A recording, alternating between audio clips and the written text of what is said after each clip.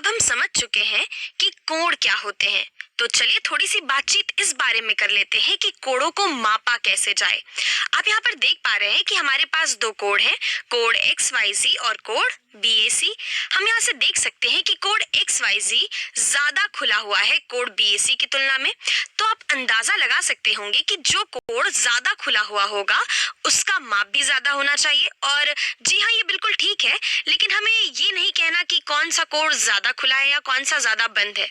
हमें ठीक ठीक माप बताना है किसी कोण का, और ठीक ठीक मापने के लिए कोणों को हम एक चीज का प्रयोग करते हैं, और वो चीज यहाँ मैंने नीचे बनाई हुई है। ये जो मेरा अर्धवृत्त है, और ये अर्धवृत्त जो आपको दिख रहा है, इससे हम कोणों को मापते हैं, और ये आपको अपनी ज्यामिति के बक्से में मिल जाएगा। इसको हम चांदा बोलते हैं। ये है चांदा, और इसकी मदद से हम कोणों को ठीक ठीक नाप सकते हैं, और मैं आपको बताऊंगी कि इसकी मदद से हम कोणों को कैसे नापते हैं। तो कोणों को किस तरह से चांदे पे मापते हैं, इसको समझने के लिए जो मैंने ऊपर दो कोण बनाए थे उनको मैं फिर से नीचे ले आती हूँ। तो ये आ गए मेरे कोण और ये आ गया मेरा चांदा। अब इन कोणों को मापने के लिए हम इन कोणों के जो शीर्ष हैं, इन शीर्षों को इस चांदे के केंद्र पर रखेंगे, और एक भुजा जो है हमारे इस कोण की, हम जानते हैं कि जिन किरणों से मिलकर एक कोण बनता है हम उसको भुजाएं भी कह सकते हैं। तो हम शीर्ष को यहाँ केंद्र पर रखेंगे और इसकी एक भुजा को हम इस ओर से मिला देंगे। यहाँ जो शून्य वाली जो रेखा है यहाँ पर चांदे की, हम इस पे रख देंगे। तो दूसरी वाली जो भुजा है हमारी जहां कहीं भी आएगी वो हमें हमारे कोण का माप दे देगी। और आप देख सकते हैं कि यहाँ इस चांदे को मैंने अलग अलग भागों में बांटा हुआ है। यहाँ हमने इस अर्धवृत्त को 0 से 180 अंश तक बांटा हुआ है। यहाँ अंश हमें बताता है कि कोण का माप कितना होगा। ये कोण को मापने की इकाई है अंश। और यहाँ पर हमने 0 से 180 अंश के बीच में भी इस चांदे को कई सारे भागों में बांटा हुआ है। यहाँ पर 10 अंश है, यहाँ 50 अंश है, यहाँ 90 अंश है, और इन भागों को भी यहाँ पर हमने कई सारी छोटी छोटी इकाइयों में बांट रखा है।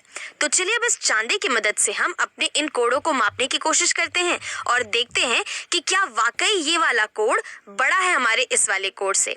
और इसके लिए मैं इस चांदे की एक नकल बना लेती हूँ। ये हो गई मेरी चांदे की नकल, और अब मैं इसको यहाँ पर इस चांदे का जो केंद्र है इसको मैं अपने इस कोण के शीर्ष पे रख दूंगी यहाँ पर। ठीक, तो आप यहाँ देख सकते हैं कि मैंने अपने इस चांदे के केंद्र को अपने इस कोण के शीर्ष से मिला दिया, और यहाँ पर कोण की ये जो भुजा थी, इस भुजा को मैंने अपनी इस 0 अंश वाली रेखा से मिला दिया। तो अब जहाँ कहीं भी हमारी ये कोण की दूसरी भुजा आएगी वो हमें हमारा कोण का माप दे देगी। जैसे कि ये दूसरी भुजा आती है 30 अंश पे, ये यहाँ पर मिल रही है, तो हम कह सकते हैं कि कोण BAC का मान 30 अंश के बराबर है। ये है 30 अंश के बराबर। और कोणों के मान को हम इसी तरह से लिखते हैं। यहाँ पर ये दर्शाता है कि कोण BAC का मान 30 अंश है। चलिए अब हम अपने इस दूसरे कोण को भी माप लेते हैं और देखते हैं कि इसका मान कितना है। यहाँ पर फिर से मैं अपने चांदे की नकल ले लूंगी, और फिर से यहाँ पर मैं अपने चांदे के इस केंद्र को अपने शीर्ष से मिला दूंगी। ठीक है, तो यहाँ पर ये शीर्ष आ गया यहाँ पे, और ये जो भुजा थी हमारे कोण की, ये हमारे 0 डिग्री वाली रेखा से मिल गई। और अब हम देख सकते हैं कि ये जो मेरी दूसरी भुजा है कोण की, ये कहीं 60 और 70 के बीच में आ रही है, और ये मुझे 61 जितना दिखाई दे रहा है। तो मैं कह सकती हूँ कि कोण XYZ का मान 61 अंश के बराबर है। तो यहाँ पर हम देख सकते हैं कि 61 बड़ा होता है 30 से, इसलिए हम ये भी कह सकते हैं कि कोण XYZ का मान कोण BAC के मान से ज्यादा है। XYZ है 61 अंश और BAC है 30 अंश। तो जो हमने अनुमान लगाया था पहले कि जो कोण ज्यादा खुले हुए होते हैं वो बड़े होते हैं, वो सही है। और इसके साथ ही साथ हमें कोणों को ठीक ठीक मापने का तरीका भी मिल गया है चांदी की मदद से। और दूसरी बात जो मैं आपको बताना चाहूंगी कि सिर्फ अंश ही एक तरीका नहीं है कोणों को मापने का। जब आप थोड़े बड़े हो जाएंगे और त्रिकोणमिति के बारे में पढ़ेंगे तो आपको पता चलेगा कि हम रेडियंस में भी मापते हैं कोणों को, लेकिन उसकी बात हम किसी और दिन करेंगे। तो चलिए अभी के लिए हम कुछ और कोणों को माप लेते हैं। तो अगर मेरे पास कोई ऐसा कोण है जिसकी दोनों भुजाएं आपस में मिली हुई हैं, मेरा मतलब अगर उसके शीर्ष को मैं यहाँ इस चांदे के केंद्र पे रखूं और उसकी एक भुजा यहाँ 0 पे रखूं और दूसरी भुजा भी, उस दूसरी भुजा को मैं दूसरे रंग से दिखाती हूँ, अगर दूसरी भुजा भी इसी पर आती हो तो उस कोण का माप कितना होगा। तो आप यहाँ पे देख सकते हैं कि दोनों ही शून्य पे आ रहे हैं, तो हम कह सकते हैं कि वो शून्य अंश का कोण है। तो हम कह सकते हैं कि जब भी हमारे पास दो किरणें होती हैं जो एक दूसरे में मिली हुई होती हैं तो उनके बीच शून्य अंश होता है। तो हम कह सकते हैं कि ये 0 डिग्री वाला कोण ये मात्र एक किरण है। और अगर हम इस भुजा को बढ़ाते जाएं इस दिशा में, अगर हम इसे और घुमाते जाएं तो हमारे कोणों का मान भी बढ़ता जाएगा और एक ऐसा समय आएगा जब इस भुजा को बढ़ाते बढ़ाते हम ठीक यहाँ सीधे ऊपर 90 अंश वाले कोण पे पहुंच जाएंगे। और आप आगे ज्यामिति या त्रिकोणमिति में देखेंगे कि ये 90 अंश का कोण बहुत ही ज्यादा जरूरी है। और जरूरी नहीं है कि 90 अंश का कोण हमें सिर्फ ऐसा ही दिखे, यानी कि अगर मेरे पास एक ऐसा कोण होता, यानी मेरे पास एक ऐसी रेखा होती और ऐसी रेखा होती, तो ये भी आपस में 90 अंश का कोण बना रहे हैं। बस हमारे यहाँ देखने का नजरिया अलग है। अगर हम यहाँ पर इसको थोड़ा सा घुमा दे, अगर इस ओर घुमा दे, तो ये वाली जो रेखा है ये सीधी हो जाएगी इस तरीके से और ये वाली रेखा यहाँ पर आ जाएगी। अगर आप चांदी की मदद से इसे मापेंगे तो ये भी 90 अंश होगा। और 90 अंश के कोण को दिखाने के लिए हमारे पास एक विशेष चिन्ह होता है, यानी कि अगर हम इनके बीच में एक छोटा सा ऐसा वर्ग बना दें तो ये बताता है कि ये 90 अंश का कोण है। और इसका एक विशेष नाम भी होता है। 90 अंश के कोण को हम समकोण कहते हैं। तो हम कह सकते हैं कि अगर हमारे पास एक रेखा है दाईं से बाईं ओर और अगर हम उसको आधार मान ले और उसके ठीक ऊपर एक और रेखा बना दे तो हमें एक 90 अंश का कोण मिल जाएगा।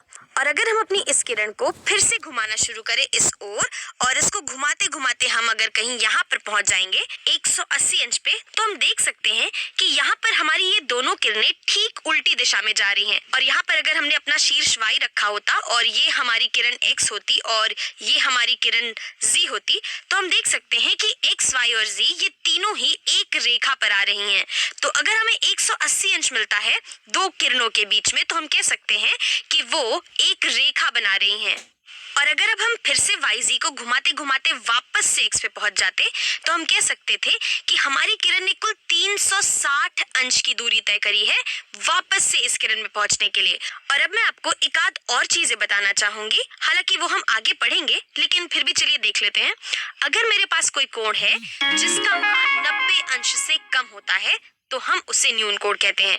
यहाँ पे हम देख सकते हैं कि कोण BAC और कोण XYZ इन दोनों का ही मान 90 अंश से कम था, तो ये दोनों ही कोण न्यून कोण है। और आप समझ सकते हैं कि न्यून क्यों बोला हमने। न्यून मतलब होता है छोटा, न्यून मतलब कम, और क्योंकि ये 90 अंश से कम है इसलिए हम ऐसे कोणों को न्यून कोण बोलते हैं। और अगर हमारे पास कोई कोण होता है जिसका माप ठीक 90 अंश होता है तो उसे हम समकोण बोलते हैं। ये हम पहले भी देख चुके हैं समकोण क्या होता है। और इसके अलावा अगर हमारे पास कोई और कोण है जो 90 अंश से ज्यादा होता है तो उसे हम कहते हैं अधिक कोण। और इसको समझने के लिए चलिए मैं एक उदाहरण ले लेती हूँ। अगर मेरी एक किरण होती ऐसे और मेरे पास एक दूसरी किरण होती जो यहाँ कहीं आती इस तरीके से, तो हम कह सकते हैं हमारी इस किरण का माप होगा, यहाँ पर 90 है, ये होगा 100, ये होगा 110, ये होगा 120। तो हमारे ये वाला कोण इसका माप है 120 अंश और 120 अंश 90 अंश से ज्यादा है तो हम इस कोण को कहते हैं, इसका नाम होता है अधिक कोण। इसको मैं यही लिख देती हूँ, अधिक कोण। ठीक है। और इसके अलावा अगर हमारे पास 180 अंश का कोण आता है तो हम देख सकते हैं कि 180 अंश का कोण एक सीधी रेखा पर आता है तो हम इसे सीधा कोण कहते हैं। और हम समझ सकते हैं कि 180 अंश का कोण जब भी मिलता है हमें तो हमें एक रेखा ही मिल रही होती है।